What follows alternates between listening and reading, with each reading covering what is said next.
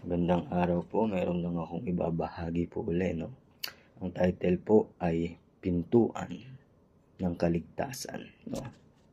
Sabi po dito sa Mateo 7:13-14, sabi po, pumasok kayo sa makipot na pintuan, sapagkat maluwag ang daan tungo sa kapahamakan, ngunit makipot ang pintuan, makitid ang daan tungo sa buhay. Sabi po doon, tungo sa buhay. Nakakaunti lang ang nakakasumpong po, no?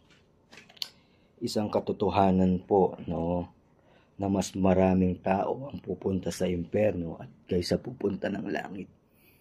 Kasi mas pinipili nila yung daan na akala nila madali, no?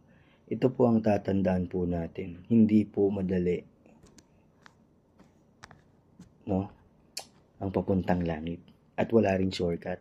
Yan po yung tatandaan natin. Walang shortcut papuntang langit, no?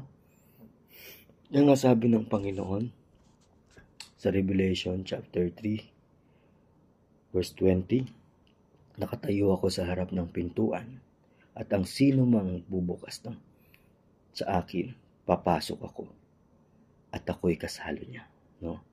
Sabi niya, kung sino man ang dirinig ng aking tinig, ako'y pasama niya at kasalo niyang kakain. Gusto mo bang makasalo yung Panginoon? O mas gusto mong kasalo yung mga tao sa paligid mo na pwedeng magpahamak sa iyo at sa iyong kaluluwa? Sabi ng Panginoon dito, kakaunti ang nakakasumpong ng buhay, no? Mas marami yung tao na mapapahamak kaysa maliligtas, no? Kaya sinabi ng Panginoon, no, hindi lahat maliligtas na tao.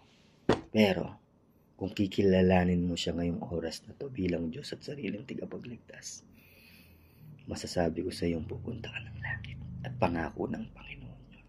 Sabi ng Panginoon sa Revelation, ang sino mang nakasulat ang pangalan sa aklat ng buhay. Gusto mong masulat yung pangalan mo sa aklat ng buhay, no?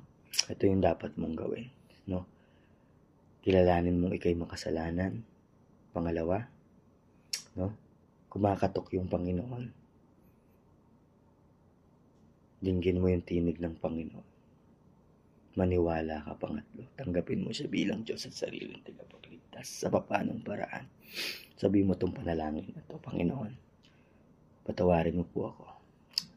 Salamat po sa araw na to. Hugasan mo po ako ng iyong banal na dugo. Mula po sa araw na to, mingi po ako ng kapatawaran.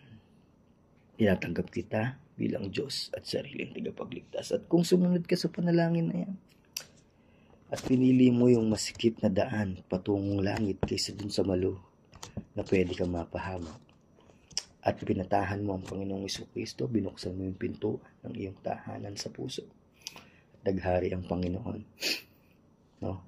Ito ang pangako ng Panginoon sa atin, no?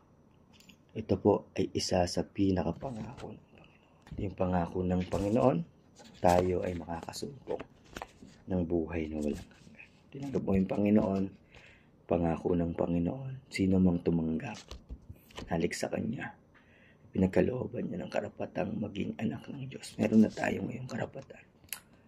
Tawagin tayong anak ng Panginoon, no?